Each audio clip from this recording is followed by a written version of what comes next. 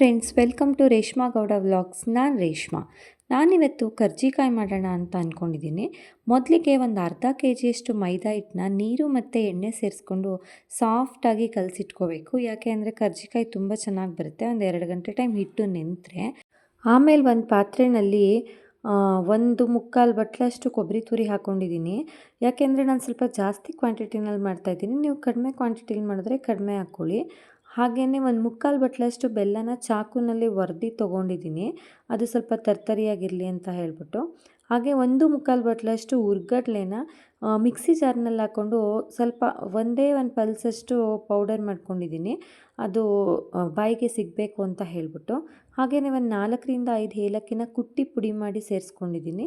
ಮತ್ತು 1 ಬಟ್ಲಷ್ಟು ಸಕ್ಕರೆ ಹಾಕ್ಕೊಂಡಿದ್ದೀನಿ. ಅಂದರೆ ಮುಕ್ಕಾಲು ಬಟ್ಲಷ್ಟು ಬೆಲ್ಲನ ಸೇರಿಸಿದ್ನಲ್ಲ, ಸ್ವೀಟು ಅಲ್ಲಿ ಕರೆಕ್ಟಾಗಿ ಸರಿ ಹೋಗುತ್ತೆ ಅಂತ 1 ಬಟ್ಲಷ್ಟು ಸಕ್ಕರೆನ ಹಾಕ್ಕೊಂಡಿದ್ದೀನಿ. ನೀವು ಎಷ್ಟು ತೊಗೋತಿರೋ ಕ್ವಾಂಟಿಟಿ ಅದರ ಸಮಾನೇ ಪ್ರತಿಯೊಂದನ್ನು ತೊಗೊಳ್ಳಿ, ಆಗ ಚೆನ್ನಾಗಿ ಬರುತ್ತೆ. 1 ಬಟ್ಲು ತೊಗೊಂಡ್ರೆ 1 ಬಟ್ಲು ತೊಗೊಳ್ಳಿ, ಇಲ್ಲ 2 ಬಟ್ಲು ತೊಗೊಂಡ್ರೆ 2 ಬಟ್ಲು ತೊಗೊಳ್ಳಿ. ನಾನು ಸ್ವಲ್ಪ ಜಾಸ್ತಿ ಮಾಡ್ತಾ ಇರೋದ್ರಿಂದ ಜಾಸ್ತಿ ತೊಗೋತಾ ಇದ್ದೀನಿ. ಹಾಗೆ ನಾವು ಮೊದಲಿಗೆ ಕರ್ಜಿಕಾಯಿಗಳನ್ನ ಒತ್ತಿಟ್ಕೊಂಡ್ಬಿಟ್ರೆ ಈಸಿ ಆಗುತ್ತೆ. ಯಾಕೆ ಅಂದರೆ ಎಣ್ಣೆ ಬೇಗ ಕಾದ್ಬಿಡುತ್ತೆ. ಕರ್ಜಿಕಾಯಿ ಒತ್ತಿ ರೆಡಿ ಮಾಡುವಷ್ಟೊತ್ತಿಗೆ ಸ್ವಲ್ಪ ಟೈಮ್ ಹಿಡಿಯುತ್ತೆ. ಮೊದಲಿಗೆ ನಾವು ಸ್ವಲ್ಪ ಹಿಟ್ಟನ್ನ ತೊಗೊಂಡು ಚಪಾತಿ ಯಾವ ರೀತಿ ಒತ್ಕೋತೀವಿ ಅದೇ ರೀತಿ ಚಿಕ್ಕದಾಗಿ ಒತ್ಕೋಬೇಕು. ಸ್ವಲ್ಪ ತೆಳುವಾಗೇ ಇರಲಿ. ಅದನ್ನು ಕರ್ಜಿಕಾಯಿ ಮಣೆ ಮೇಲೆ ಹರಡ್ಕೊಂಡು ಅದಕ್ಕೆ ನಾವು ಮಾಡಿಟ್ಕೊಂಡಿದ್ವಲ್ಲ ಪೌಡರು, ಅದನ್ನು ನೀಟಾಗಿ ಫಿಲ್ ಮಾಡ್ಕೋಬೇಕು. ಆ ಎಡ್ಜಲ್ಲೆಲ್ಲ ನೀಟಾಗಿ ರೆಡಿ ಮಾಡ್ಕೋಬೇಕು ಬೆಟ್ಟಲ್ಲಿ. ಯಾಕೆ ಅಂತಂದರೆ ಅದೇನಾದರೂ ಅದ್ರ ಮಧ್ಯೆ ಸಿಕ್ಬಿಟ್ರೆ ಆ ಕರ್ಜಿಕಾಯಿ ನೀಟಾಗಿ ಬೈಂಡ್ ಆಗಲಿಲ್ಲ ಅಂತಂದರೆ ಎಣ್ಣೆ ಒಳಗಡೆ ಬಿಟ್ಟಾಗ ಒಡ್ಕೊಂಬಿಡುತ್ತೆ. ನೀವೇನಾದರೂ ಅಕಸ್ಮಾತ್ ಅಲ್ಲಿ ಸ್ವಲ್ಪ ಗ್ಯಾಪ್ ಇದೆ ಅಂತ ಅನಿಸಿದ್ರೆ ಬೆಟ್ಟಲ್ಲಿ ಅದನ್ನು ಸರಿ ಮಾಡ್ಕೊಬಿಡಿ. ಈ ಥರ ಕರ್ಜಿಕಾಯಿ ಒತ್ತೋದಿಲ್ಲ ಅಂತಂದರೆ ಅದನ್ನು ನೀಟಾಗಿ ಇಟ್ಬಿಟ್ಟು ಬೆಟ್ಟಲ್ಲೇ ತಿರ್ಕೊಬಿಡ್ಬೋದು. ತುದಿನ ಬೆಟ್ಟಲ್ಲೇ ರೆಡಿ ಮಾಡಿಕೊಂಡು ಎಣ್ಣೆ ಒಳಗಡೆ ಹಾಕೋಬೋದು. ಆ ರೀತಿಯೂ ಕೂಡ ಮಾಡ್ಬೋದು. ನನ್ನ ಹತ್ರ ಇದಿತ್ತಲ್ಲ, ಇದರಲ್ಲೇ ಮಾಡಿದೆ ನಾನು. ಹಾಗೆ ಮಕ್ಳಿಗೆ ಕೂಡ ರಜಾ ಇತ್ತು, ಸೊ ಅವರು ಕೂಡ ನನಗೆ ಹೆಲ್ಪ್ ಮಾಡಿದ್ರು. ಇಷ್ಟು ಕ್ವಾಂಟಿಟಿಲಿ ಮಾಡಬೇಕಾದ್ರೆ ಒಬ್ಬರೇ ಮಾಡೋದು ಕಷ್ಟ ಆಗುತ್ತೆ. ಅದಕ್ಕೆ ನಾನು ಮಕ್ಳಿಗೆ ರಜಾ ಇದ್ದಿದ್ದ ಟೈಮಲ್ಲೇ ಮಾಡ್ಕೊಬಿಡ್ತೀನಿ. ಹಾಗೆಯೇ ಒಂದು ಬಾಣಲಿನಲ್ಲಿ ಎಣ್ಣೆ ಕಾಯಕ್ಕೆ ಇಟ್ಕೊಂಡು ಅದಕ್ಕೆ ಕರ್ಜಿಕಾಯಿನ ಹಾಕೋತಾ ಇದ್ದೀನಿ. ಇದು ಎಣ್ಣೆ ಸ್ವಲ್ಪ ನೊರೆ ಬಂದಾಗ ಅನ್ನಿಸ್ತಿದೆ. ಯಾಕೆ ಅಂತಂದರೆ ಇದು ಕಡಲೆಕಾಯಿ ಎಣ್ಣೆ ನಾವು ಗಾಣದಲ್ಲಿ ಆಡಿಸ್ಕೊಂಬಂದಿರೋದು. ನಮ್ಮದೇ ಗಾಣ ಇದೆ, ಸೊ ಅಲ್ಲೇ ಆಡಿಸಿರುವಂಥ ಎಣ್ಣೆ ಇದು. ಅದಕ್ಕೆ ಈ ರೀತಿ ನೊರೆ ಥರ ಕಡಲೆಕಾಯಿ ಎಣ್ಣೆ ಬಳಸೋರಿಗೆ ಇದ್ರ ಅನುಭವ ಇರುತ್ತೆ. ಅಂದರೆ ನಾವು ಕರಿತಾ ಇದ್ದೀವಿ ಎಣ್ಣೆಯಲ್ಲಿ ಅಂತ ಅನ್ನೋವಾಗ ದೊಡ್ಡ ಬಾಣಲಿನೇ ಇಟ್ಕೋಬೇಕು. ಯಾಕೆ ಅಂದರೆ ಅದು ಉಪ್ಪು ಬಂದು ಎಲ್ಲ ಈಚೆ ಕಡೆ ಸುರಿದೋಗ್ಬಿಡುತ್ತೆ. ಆಮೇಲೆ ಅದಕ್ಕೆ ಎಣ್ಣೆನ ಕಡಿಮೆ ಕ್ವಾಂಟಿಟಿಲಿ ಹಾಕೋಬೇಕು. ಜಾಸ್ತಿ ಕ್ವಾಂಟಿಟಿಲಿ ಹಾಕ್ಕೊಂಡ್ರೂ ಈಚೆ ಬಂದುಬಿಡುತ್ತೆ. ಅದಕ್ಕೋಸ್ಕರ ನಾನು ಇಷ್ಟು ದೊಡ್ಡ ಬಾಣಲಿ ಇಟ್ಕೊಂಡು ಕಡಿಮೆ ಎಣ್ಣೆ ಹಾಕ್ಕೊಂಡಿದ್ದೀನಿ. ಉಪ್ಪು ಬರಲ್ಲ, ಆವಾಗ ಮುಕ್ಕಾಲು ಭಾಗಕ್ಕೆ ಬಂದು ನಿಂತ್ಕೊಂಡ್ಬಿಡುತ್ತೆ. ಅಂದರೆ ಅದು ಮುಕ್ಕಾಲು ಭಾಗ ಅದರೊಳಗಡೆ ಹಾಕಿರೋಂಥ ಪದಾರ್ಥ ಬೆಂದ ಮೇಲೆ ಎಣ್ಣೆ ಸರಿ ಹೋಗ್ಬಿಡುತ್ತೆ. ನಮಗೆ ಕಾಣಿಸುತ್ತೆ ಬೇಯ್ತಾ ಇರೋದು. ಏನು ತೊಂದರೆ ಏನಿಲ್ಲ, ಆರೋಗ್ಯಕ್ಕೆ ಒಳ್ಳೆಯದು ಅಂತ ಹೇಳಿ ನಾವು ನಮ್ಮ ಗಾಣದ ಎಣ್ಣೆನೇ ಬಳಸೋದು. ಸೊ ಎಷ್ಟು ಚೆನ್ನಾಗಾಗಿದೆ ನೋಡಿ. ಫೈನಲಿ ಈಗ ರೆಡಿಯಾಗಿದೆ ಕರ್ಜಿಕಾಯಿ.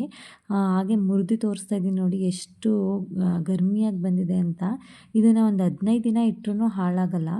ಸೊ ಕರ್ಜಿಕಾಯಿ ರೆಡಿಯಾಗಿತ್ತು. ಹಾಗೆ ಇದು ಮಾಡಾದಮೇಲೆ ಸ್ವಲ್ಪ ಮೈದಾ ಹಿಟ್ಟು ಉಳ್ಕೊಂಬಿಟ್ಟಿತ್ತು.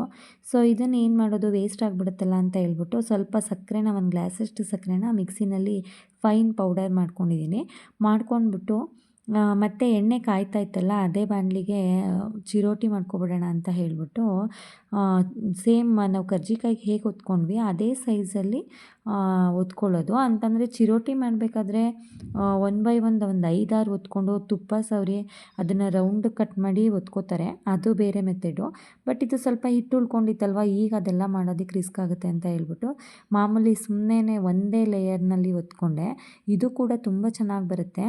ಈಗ ಗರ್ಮಿಯಾಗಿ ಬೇಯಿಸ್ಬೇಕಷ್ಟೇ. ಸ್ವಲ್ಪ ಜಾಸ್ತಿನೇ ಫ್ರೈ ಆಗಬೇಕು. ವೈಟಾಗಿದ್ದಾಗೆ ಎತ್ಬಿಟ್ರೆ ಅದು ಮೆತ್ತಗಿದ್ಬಿಡುತ್ತೆ, ಪೂರಿ ಥರ ಚೆನ್ನಾಗಿರೋದಿಲ್ಲ.